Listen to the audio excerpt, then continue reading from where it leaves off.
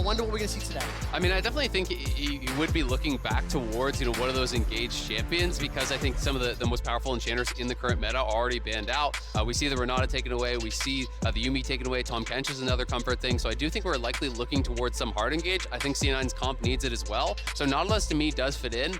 Perhaps pairing along something like an Aphelios or something along those lines, I think could work pretty well. I actually think T1 are actually going to look for a bit of an Aphelios lane themselves. That's why I like Cloud9 taking away the Thresh. I think for T1 leaning into something that not only has, a bit of range to play with the Calibrum, but brings some mid-game power once you get something like a Gale Force online, would be incredibly strong, since it looks like no matter how you pivot your draft now from T1, that Cloud9 definitely have the scaling angle. Yeah, they definitely do, but I mean, Cloud9 does need engage in their comp. They don't have any sort of hard engage unless they're going to commit more to split push, which I don't really want to see from them, because it really hasn't been working out. So they do need a go button. They do have good scaling. Tristana would be interesting if it's paired alongside something, that does have hard engage. You can even threaten the all-in these lanes. I'm just kind of curious to see what he would actually go towards, because we are kind of stepping outside of Zven's comfort a little bit. I mean, we're taking a look at this Leona. This would be the first support Leona all year long for Zven. I believe professionally speaking as well. It is paired with the Tristana. It is what you were looking for, but Zven needs to deliver. He absolutely does, and this is why I was a little bit unsure. It is definitely a meta pick, but it's not really been a Zven pick so far this year. But this guy is an absolute workhorse in solo queue, in Champions queue. He's always grinding away, so I definitely have the faith that he can have under his belt. But this feels like Kaisa prio, you slap down that Alistar, so much pressure now on Berserker to actually buffer the rocket jumps properly to be able to actually get out of those, because the hard engage here is incredible from T1. Alistar going in, Lissandra coming over the top, Kaisa ults in to follow up. Yeah, and for that, the early and mid-game playmaking able to come out from them is huge. For the side of C9, I'm going to look at them to be able to play around the spot lane, allow Berserker to be able to get through laning phase just fine, hopefully set them up for advantages, and I mean, Fudge should be fine up in that 1v1 on top side. Now, New York City, you see the team compositions on your screen. Who here in the Hulu Theater thinks that T1 will win this game? No, Trevor. This is America. Who thinks C9 is going to take this game? I have literal goosebumps from the volume in this crowd, and we've said it several times. There are battling fandoms. There are fans of every region, every team spread throughout this theater. Cloud9 on the verge of a 0-3 first round robin, but based on everything we were hoping to see from their draft, I believe they've made those adaptations from these two previous games. Absolutely. I do like what I'm seeing out of C9 a lot more. My biggest question is how Fudge will be able to hold up in that top lane. Going up against Zeus, one of the very best top laners in the entire world. And yes, Jackson scaled nicely into this matchup, but it does feel difficult in the early levels against that Aatrox. If Zeus is actually hitting those tippers, the knockups with the Q, you can get chunked out of this lane pretty easily. Well, we're about to load up onto the Rift. My stats team has confirmed 100% first ever professional game for Zven on Leona, and he has a tough task ahead of him. Jensen staring down Faker. What will happen is I'm about to ... Can Jensen deliver on a tweet he made 6 years ago? I feel like Jensen has to deliver in this game, because one thing I'm looking at for C9 that's pretty favorable is they should have both Prio and Min and Bot, right? As you're going to push into Lissandra early, Berserker and Zven should be expected to on the bot lane as well, so maybe you can set up for Blaber to play heavily around these lanes early on and start setting T1's comp behind where they can't really use the fact that you want to have Faker moving and roaming around the map. I love the cowbell. We're 3 or 4 blocks away from Rockefeller Plaza, calling out one of the best SNL sketches of all time. I think Keria and Zven, 2 players I will be keeping my eyes on throughout the course of this laning phase. Absolutely, and when you call back to the can't wait to comp Faker tweet, it did not go well for Jensen after that. If I recall correctly, he was getting zoned in between the 2 towers by Faker after that one, so definitely looking for a better performance in this game. Blaber looking like he wants to invade and start enemy Raptors. It is a great strat on the Poppy. You clear through those Raptors very, very fast. I'm curious to see, though, will he commit to more of a split map situation, or is he just going to try to go Raptors to Raptors and try to defend his own bot side? Because those paths can be quite strong.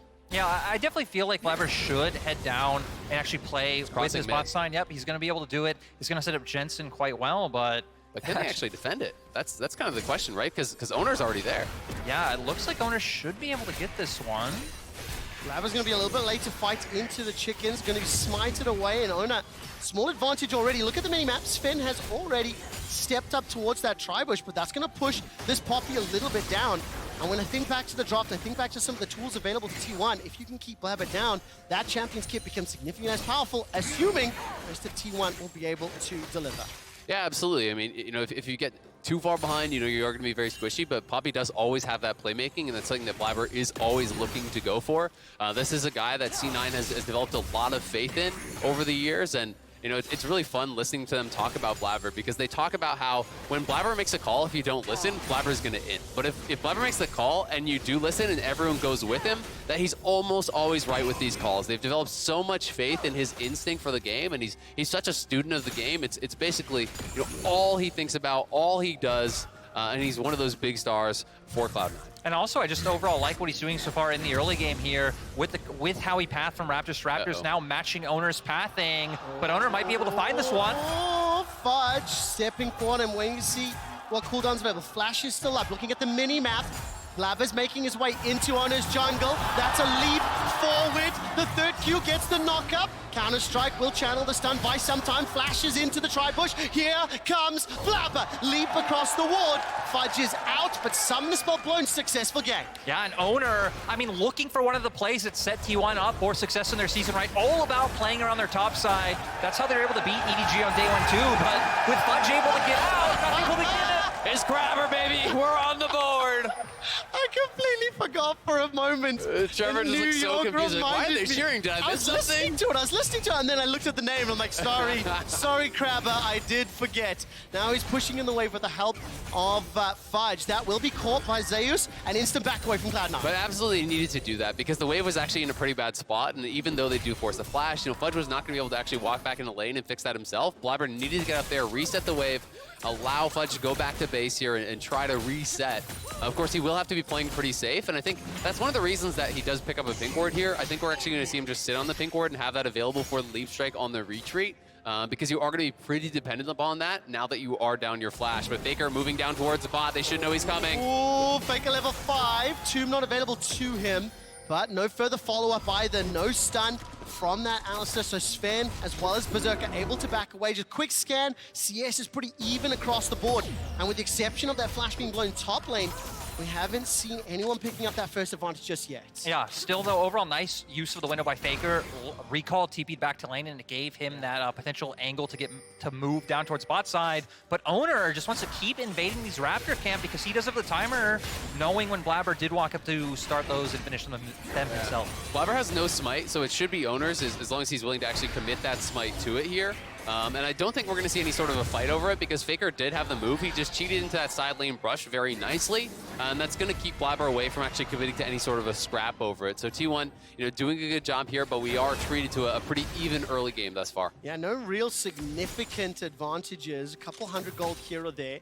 Almost all of the lanes thus far playing fairly reserved, I think, as you would expect based on the drafts. Yeah, absolutely. You know, and I think for the C9 side, for once, it's not concerning, right? You know, when you look at the drafts in the previous 2 games, you were really feeling C9 had to snowball the game, had to get out to a big early lead. This time around, Tristana, Jax, Azir, you're chilling. As long as you're farming evenly, you're going to be pretty happy about your state in the game. But I am interested to see how Berserker handles a lot of these fights, because he didn't take cleanse, and there is a lot of CC on the other team, so he feels like an easy target. Yeah, and I also feel like T1 have done a good job of setting this up to put C9 in an uncomfortable position. We saw the lack of vision they have now, and with Faker hitting level 6, this is where T1's wanting to find windows to start making these plays on the bot side. Oh, Alcove Gamer, Alcove Gamer, Alcove Gamer! The 2-man knockup! First blood secured by Keria, and frankly, I don't even know if bonus damage was needed.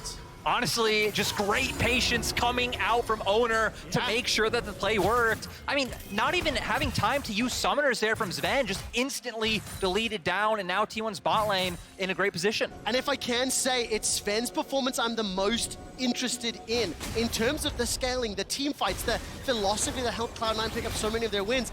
It wasn't necessarily this look for him that was stepping up. Blaber once again This time hasn't shadowed been spotted by yet. Keria. Oh, Keria just now spotted them, but they saw Keria as well. So now Blaber's in an awkward spot. Here comes Faker. He does have ulti. That's a very good passage over. The Claw of Doom comes out from Faker. Does he commit the flash? Holding on to it. Blaber gets knocked up into the air at least once and manages to waddle his way to safety. Flash blown. It's just such a good read from Keria. He knows we made a play bot. There's going to be an answer on the top side. Blaber was looking for the invade, and Zeus was in a spot where he would be vulnerable. But because Keria is there, Faker has pushed mid. He makes the roam up. They cover Zeus, and they get that flash off the C9 jungler. I also do believe that we saw Zven actually start walking towards spot lane before he reacted by going up. Oh, Berserker! that was bold.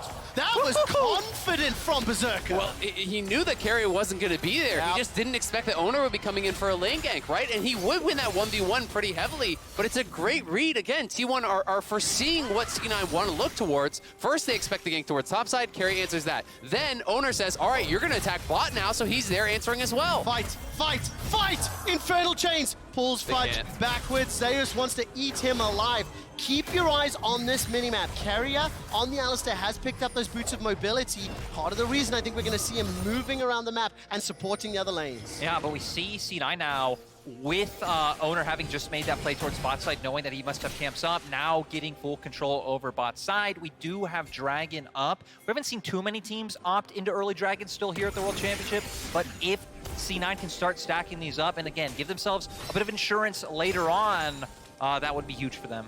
It would, but I think with Poppy, it's just such a long take on the Dragon that unless they get massive bot lane or mid lane prio, I don't think they're going to be willing to actually start that up. Oner will be spotted out, and you can see that C9 is cheating up towards mid lane, trying to be there in case there is sort of a play that Zven has to answer. But for now, I think C9 really are happy to just keep farming this out. The longer this game goes, while it is at relative parity, the better they are going to be feeling. But Jensen in trouble now. Is indeed. Emperor's Divide by so much time. But just that Glacial Path as well as a W committed, and that will allow Jensen to escape. But crucially, the ultimate is not available. Cloud9 find themselves 1,500 gold down in the space of 2 or 3 minutes, and a significant amount of that is sitting in that top lane. A large CS advantage, as well as obviously first blood, but the man on your screen, Keria, help picked up. Zven lands the Zenith Blade, flashes out to safety. Oner and Blaber stepping forward. The verdict is held for now. Poppycopter backs out, and the fight fizzles. I mean, Zeus is just doing such a good job up in that top lane, and T1, has been up there to help him, right? They get up there, they force out the flash with Oner, the wave's in a bad spot, that creates an advantage for Zeus. Then, when Zeus could be actually preyed on by this gank from Blaber, Keria is there as well. They know that this guy is going to make it work if they give him the help, if they give him the coverage that he needs to really abuse the 1v1, and so far, he's doing just that. Yeah, and again, all of this in my mind coming from Oner. Now Faker going to make the move, but even this comes from the fact that he went towards that mid lane, helped give him the chance to reset earlier on. It pretty much means that T1's laners will always have the first chance to move, and that they're going to continuously find these. With Rift Herald up right now, we see both teams sending all 5 members towards that top side. That was a little scary to watch from Zeus. Just a simple pattern, trading into Fudge, clearing out that wave. We are 10 minutes in. Rift Herald is now being started off by T1. Look at the wave states. Jensen forced to catch in that middle lane. Fudge around 60-70%, and the call is a little uncertain. Back away, step forward, back away. They're not sure what they're doing. I feel like C9 should not have even moved. Leave Berserker bot lane. Tristana is one of the best tower pushers. Pretty much the best. You could have taken 2 plates bot for free. They make the move up here. They're not really sure if they want to commit. I just didn't feel like they had the setup to actually be able to do it. And as a result, they really get nothing here. Jensen will be pushed back, so it's an easy Herald. They can drop this mid potentially to try to, push out that Azir and take away that bastion of safety, but C9 committing resources to move and they get nothing for it. Especially now when we were just hitting on with T1 and how Oner's played, it's pretty much always set them up to be first on the play. Yeah. Had C9 cross map, that actually could have disrupted that timing, so now they could have continued to look for it as Fudge. Don't look for the all-in. I mean, right now, that's a level advantage over Fudge. 2 levels over Blaber, and that's 3-4 times I've seen Blaber show his face top, and it feels like he's saving Fudge's life, just showing a presence to dissuade a dive. Yeah, and I mean, we saw C9 trying to look for the lane gank, but even regarding that, yes, he won. Here comes Faker. Here comes Faker. Look at that south quadrant. It is being shadowed, or he is being shadowed by Jensen. And Faker will turn his attention back to that mid lane. Blaber slowly making his way towards this bottom lane. and the three-man stack of T1, they didn't fancy the fight. The wave was cleared out. But just look at how much information T1 has, right? You have full control wards on top side. You just said all of T1's members leaning down to bot side jungle, and it pretty much means C9 have no entry points into these lanes. Yeah, absolutely, and they still don't see Faker. He's actually recalling in a side brush, but they don't know where he is. So Blaber is here trying to hover. It will just be the charge for the plates. Won't actually be able to knock that down, but T1 really starting to open up a very solid gold lead now, 2,000 ahead. And they just have had such a good read on everything that C9 would be looking for. They preempted the plays, whether it's Oner, whether it's Keria, whether it's Faker moving from the lanes. Anytime C9 would want to look for something, T1 is already there with the answer. Now the question for me is, can C9 stem the bleeding and slow things down? This composition that they put together scales beautifully. There are a number of tools that they can use. The thing is, Cloud9 have not been able to answer Oner at all. He has gone where he pleases, done what he pleases, and taken every single person's flash pretty much across the board. Yeah, absolutely. I mean, I think the one thing going really well right now for C9 is Jensen, has incredible farm, up at 136 CS, 12 and a half, or a little bit past that into the game. So he's doing very well, has the early mythic completion, just buying him time, buying him that space. If he can really have a great team fight, they are going to have an opportunity, but Fudge is struggling in that top lane, and that's by far the biggest concern here. When you go into these carry versus carry matchups, you are skill checking these players, and Zeus is one of the hardest players in the world to do that against. I mean, definitely, right? Coming in, everyone had him and 369 as kind of the two top names of top laners coming into the tournament, and he has shown why so far. Still though, for C9, I like what they're doing right now, to where if you at least have Zven and Blaber constantly hovering around mid lane and then matching what T1 wants to do, you can try and extend the game time as long as you aren't giving into those fights. Absolutely. The only problem is, it's only kind of like slowing them down, right? They're never actually getting anything from their moves. So Zven and Blaber are committing so much time, and you touched on this earlier, Trevor. You're committing a lot of time to only save your top laner for a second. And then as soon as they back away, Zeus is bullying Fudge again, right? And that's the biggest issue here. Keria is playing on the side. Berserker knows they could be around, so he's going to back it up, and that means first tower very likely going the way of T1. And Azale, I love the proactivity of T1. It has been led by Oner's jungle invades time and time again for 12 minutes. Tower first blood secured now at 14 minutes. The gold lead over 3,000. There's been a Mythic's advantage on the side of T1 for a while, but it does feel to me like their focus around slowing Blaber down in the early stages, invading the jungle, pulling them behind, and look at this itemization difference. Thrift store shopping for Berserker into Kraken Slayer, and nearly second item completed. And I think this is exactly when T1's comp really hits their stride, right? I mean, Lissandra Viego, we've seen this combo so many times before. One item, so much burst able to come out, the lockdown's there, and then the resets coming out for both champions. So even though C9 can slow them down, definitely going to have to start trying to find those opportunities across map. Now, I will say, exactly as we talked a little bit about, Jensen on this Azir, he is up 25 CS. I think some of that movement from Faker has allowed Jensen to make sure in this matchup he has that small advantage.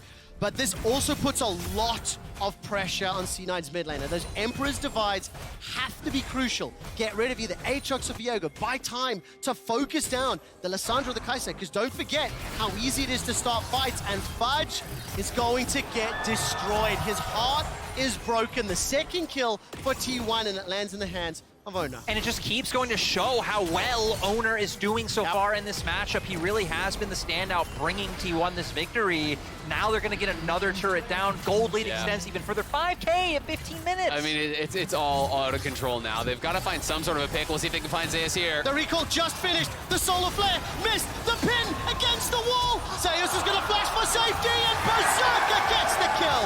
The LCS and Cloud9 get one, but maybe at the cost of 1.5 or 2 turrets. Yeah, it's at the cost of so much more. You rotate your 5 members top to get a pick, but you're losing the mid tower. You're losing the bot tier 2, or at least it's getting very, very low. And this top gap has just become an absolute canyon. C9 are having to spend so many resources trying to keep Fudge in the game, but honestly, it's costing them the rest of the map, because every time they send people up there to try to help out Fudge, they're losing their jungle camps on bot side. They're losing towers everywhere else. And it's becoming a very, very difficult game to see Cloud9 clawing their way back into. And sadly, it goes to what we set up coming out of draft, right? The fact that Fudge has leaned heavily on things like the Fiora in the previous 2 games, now playing the Jax. Honestly, maybe looking forward for C9, especially when you are in a group with people like Zeus coming in. You're going to have to lean on some weak side top laners and try and make it through these laning phases. I mean, talking a little bit about the group, T1, Cloud9, Fnatic, they've got so much history. I mean, throw ETG in as well.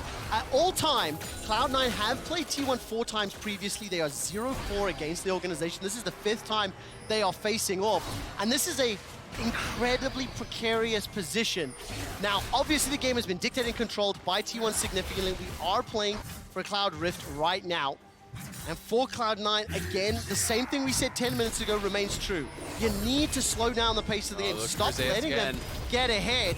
A second teleport's being channeled. Faker's making his way in. Blaber and Spin about to arrive. So far, 2 for 2. The Ring of Frost may cost Faker his life. He goes golden. Gumayusi is going to be backed up by Keria. The Killer Instinct. That's 1. That's 2. Jensen pump for a triple. Guma gets a quadra. And we see Guma popping off. Faker able to buy so much time. They were able to pick up the Rift Herald as well. They're barreling down the bot lane. Zeus is also pushing in topside. They have everything. Costa curses do not exist. T1 just obliterated that fight. And that's about all she wrote, it feels like, for this one. T1 erased Cloud9 off the map. C9 really pushing, trying to find a play in this side lane. They can feel this game slipping away from them, but T1 was more than ready for the play. They have the extra man, and they punish Cloud9 tremendously. Is that sort of an unforced error? Chasing us a little, feeling so much pressure, feeling so far behind, that Cloud9 threw everything out and unfortunately got countered. I mean, it's definitely tough, right? You know, and it is an unforced error in the way that it's not as though T1 boxed them into this, but you can say T1 have put so much pressure on the map and have been really grinding them down, and that is what created that feeling of desperation. T1 has answered every play. T1 is playing the map better. T1 is playing the lanes better. And that is what really felt like it boxed Cloud9 into this situation where they feel like they've got to be desperate. They really do. Of course, Faker teleporting in for a brief moment. I thought he was in trouble. Zeus about to solo Jensen. Emperor's Divide buys some time, enough for Oner to arrive. No flash available. Sand Soldiers doing work, and Zeus does not give a damn. The help of Oner sets that one up. I just briefly want to highlight, this is Faker's 100th game at the World Championship. Do you know how many he's won out of the 99 before? 71 of them. I was going to say, not too surprising. That's disgusting. The most dominant player in League of Legends history. I mean, it's just so incredible. To put that into context, you know, it's like almost 3/4 of his games against the absolute best players in the world. Is truly astounding, and to do it for as long as he has is amazing. Desperation time for Cloud9. They do find him knocking the wall, but Faker still has ult, he has flash, he has exhaust, he's in no trouble. Self-casted, Glacial Path over. The man has ice in his veins, as everyone knows. Looking to make it a 70-second win. It's 8,000 gold up, 2 dragons, 5 towers to 0. And Cloud9 are being bullied and pushed around the map. If you are just tuning in, I think a lot of credit to Oner in the early game. I think he really dictated the pace. Cloud9 never got a chance to start anything because Oner was in their face. He was everywhere, but even after he got that first timing, going back to something that Azale was talking about earlier of choking them out, I really liked how they constantly would dedicate 3 or 4 members maybe down to bot, but have a majority of their vision up towards top side. It actually really did a great job of making it so hard for any cross-map plays to come out from C9 before they fell into such a gold deficit. Well, to me, in so many of these games, you know, team play has been the name of the game. It's about how they, you know, facilitate each other, right? How they actually work together as a squad, how they're covering for each other's players every single time. They're one step ahead, right? You know, Keria reading and covering the gank on top. And then Oner knowing Keria needs coverage on bot for Gumayusi, so he's already there as soon as Berserker tries to go aggressive. And T1 has just done such a great job, and now 20 minutes in, they're just starting the Baron. They want to get this one over with. Oh man, this is going so low. This is done. This is finished. They're going to finally burst it out, and C9 never get a chance to engage. The Solar Flare was held. They're down nearly 10. They are down 10,000 gold. Fudge gets chunked just a little. Glacial Path goes in. Insta-stun against the wall. Emperor's Divide as the Keeper's Verdict. Can Cloud9 win the fight? Berserker. Baron was secured. The stun doesn't land. Zeus escapes for now. The Buster Shot buys more time. Cloud9 are still alive, but not for long. Not enough. And they were smacked by T1's wallets. Look at the health bars from T1 dancing in and out of the fight so incredibly well. Berserker could never get the reset. The T1 team fighting just incredible. Nearly a 12,000 gold. What? Guma absolutely popping off. Killer instinct goes in, Q comes out, and Berserker just stood no chance. What a phenomenal fight. I feel heartbroken for Cloud9. They pushed and held the line and every skill shot hit, but they are so far behind in the stats game, it ultimately didn't matter. Yeah, they just don't have enough gold to really hammer it through. You know, I do think the fight is played out pretty well here. Berserker was free firing for most of it, but he's just so far behind that he can't actually finish anyone off. Zeus getting so much health healing there, not quite burst down. Jensen on the side getting taken out by Gumayusi, and Berserker, you know, he gets Oner very low, but then he gets a reset. Faker is living with no health. Keria is living with no health. They just can't quite finish off the T1 players to turn it around, and we're back to live, and we're back to watching C9 die again. Now C9, I mean, just now really feels like nails kind of going into the coffin. Gold lead just too big. They're already buried. Yeah, the coffin's sealed up. Cloud9, I can tell you one thing. T1 took EDG down in 22 minutes and 50 seconds. So you've lasted longer than EDG, but not by much. T1 is pushing into the base as the Glacial Path is followed up. The Tomb is available, waiting for a target. T1 have got an inhibitor in the top lane, a turret in the middle lane, a turret in the bottom lane. A second inhibitor is falling, and this team looks unstoppable right now. T1 just winning everywhere across the map. The team play has been immaculate. They have all the super minions now baroned up, and C9 not going to be able to prevent this push. No, they're not. The Poppycopter's charging and held. A few more seconds are needed. A stun against the wall for Keria, and he taxis via Fudge to the Nexus turret. Faker still has that ultimate available to him. Baron, empowered super minions pouring into the base. All three inhibitors secure the solar flare, sidestepped by Guma. And T1 waltz out of the base, take 3 inhibs, 4 turrets, and explain nothing as they escape. Well, C9 are down 15,000 gold, but bright side, there's gonna be a lot of super minions to farm up, you know? Maybe potentially gonna see Berserker actually get to buy an Infinity Edge this game, maybe. Yeah, I think T1 just about have this one wrapped up. C9 again trying to look for picks. It's all they really can do. We'll see if they can get Oner down. Let's find out. Not just yet. The watch is stopped. The timer is started, and Berserker still can't do it. He can't get Oner. Guma's turning his attention now towards Zven with the backup of Faker, and Oner's going to continue to chase forward. Zven will get melted. Berserker's going to hop over the wall and get chased down by the killer instinct of Gumayusi, and now Fudge. Oh, he wants the penta! He's going for it. The pentakill. Guma's chasing. He's hunting. Where's the missiles? That's a leap forward. Vision is spotted. Blast cone over the wall. Keria, you monster! Keria able to stop Fudge. They're still going for it. Captain Rain. Look at the super move of the Nexus. Fudge is going to escape for now. The Winions take down Cloud9. T1 able to show such an immaculate bounce back after losing to Fnatic yesterday. Again, the team play was on point. Oner especially completely dominating the map in the early game. 72 and 28. That is the win-loss record of Faker at the World Championship. 0-5 Cloud9 against T1. And despite the improvements, adaptations, changes to draft, ultimately T1's early game, and I think Oner really stepping up. I think Oner was incredible, but to me it was even more about Zeus and